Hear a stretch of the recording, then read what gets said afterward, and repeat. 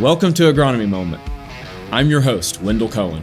We bring in people who agree with me, disagree with me, and above all, are not afraid to say it like it is. All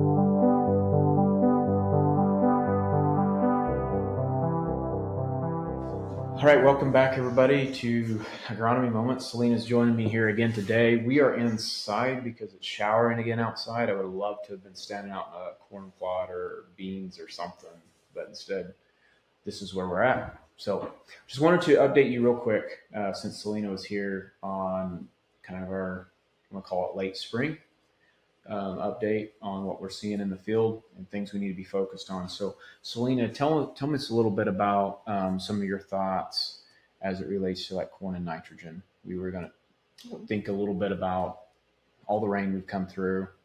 Just talk a little bit about what we need to be thinking if we're going to top dress.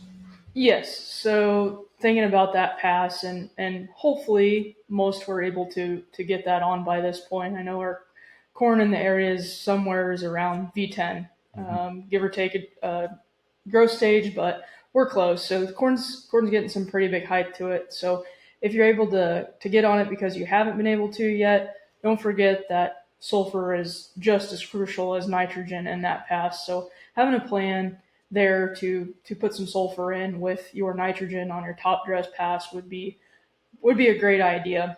Looking at the extended forecast for about the next week or so, I know they've thrown a couple more rain chances in here just the past couple days, past day actually, and just thinking about the weather that would lead to a little bit more nitrogen loss would be whenever we're seeing those sunny days, warmer than 85 degrees outside.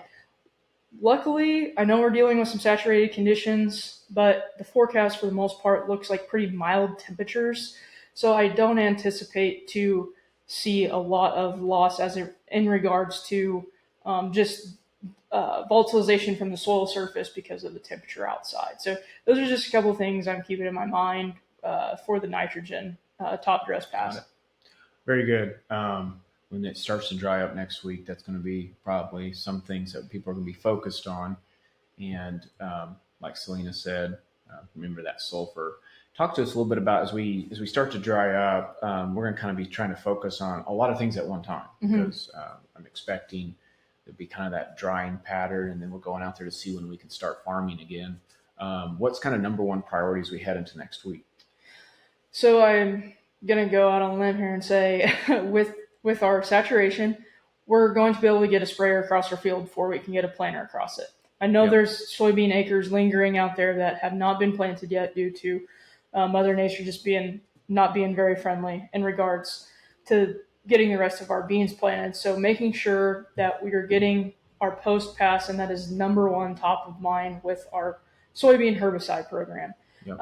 And keeping in mind also that our residual that we put out there it's likely broke with the amount of rainfall that we've got. So making sure you have a plan to with your post residual or your post herbicide pass on your soybeans that you're putting another residual in the tank for that pass. Yep. That would be the number one thing is making sure that is top of mind, and I'm sure it is, but that is the number one thing on soybeans right now. And if you haven't planted some of those fields, it is ideal if you can start clean.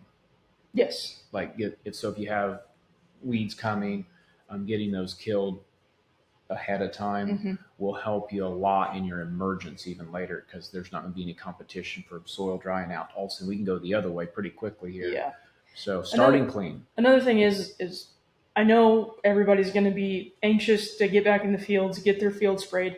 Yeah. And we do need to be timely with that. But keep in mind, especially on our Liberty Pass, not to be too pushy and putting it into environmental conditions that maybe aren't very suitable for Liberty to work. So just keeping those things top of mind, that let's make sure that we're keeping that in the back of our mind as we go forward with the Liberty application. Sure.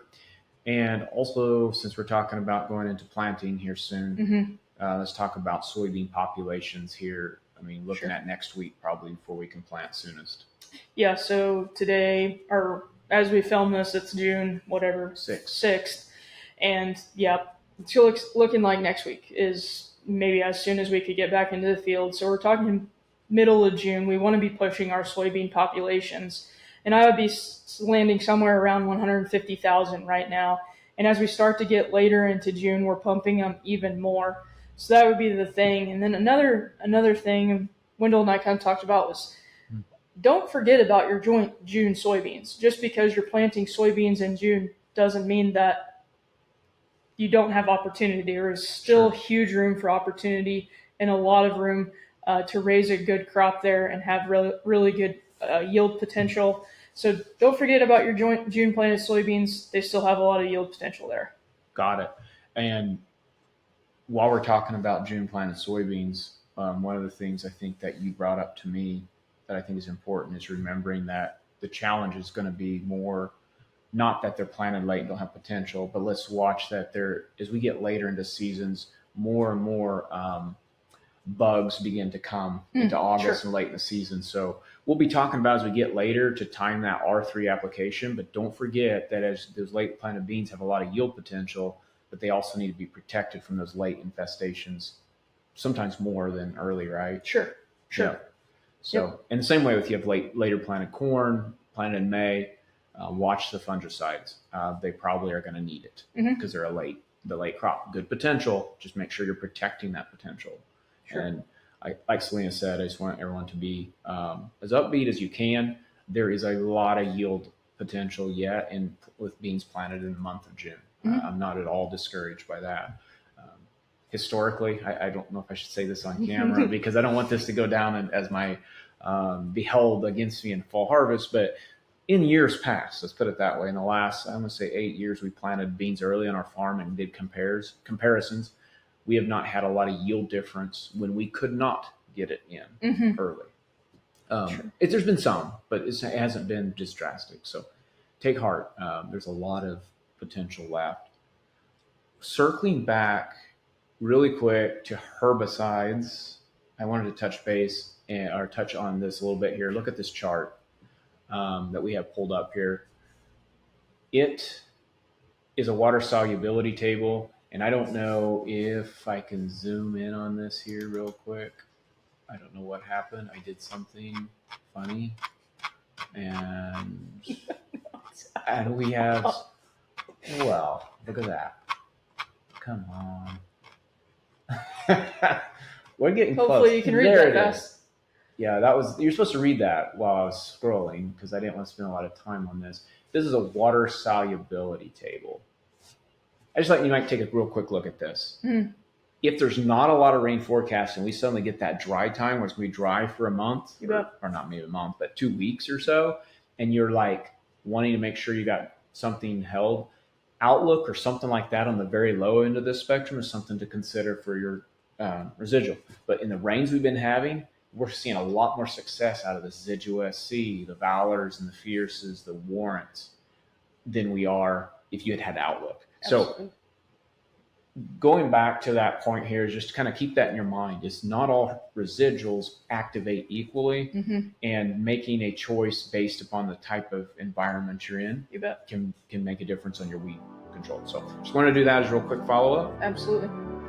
Anything else you want to add for you? Said it best. Saying it's been great, Celena. Thanks for joining us. She's always been so generous in coming down and helping us. We look to see you. See you next time. See you. So, what? I thought it turned out well. Yeah, I thought it was fun. If you were Scott Dickey now, you would say something like, "It's about time for lunch." Gosh, what else? starving. You're starving? Yes. What would he call it, Selena? What does he say?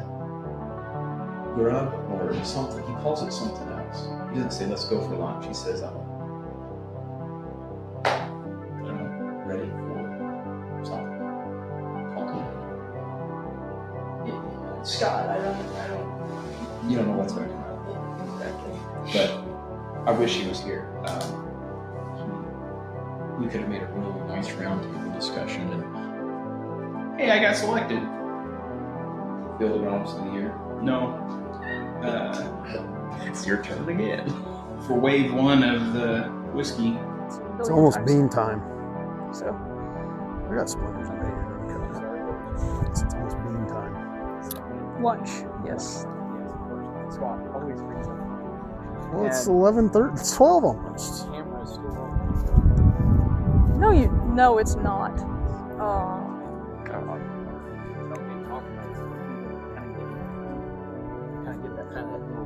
Like I was shutting it off and then just Yeah, I got that splinter dissected out.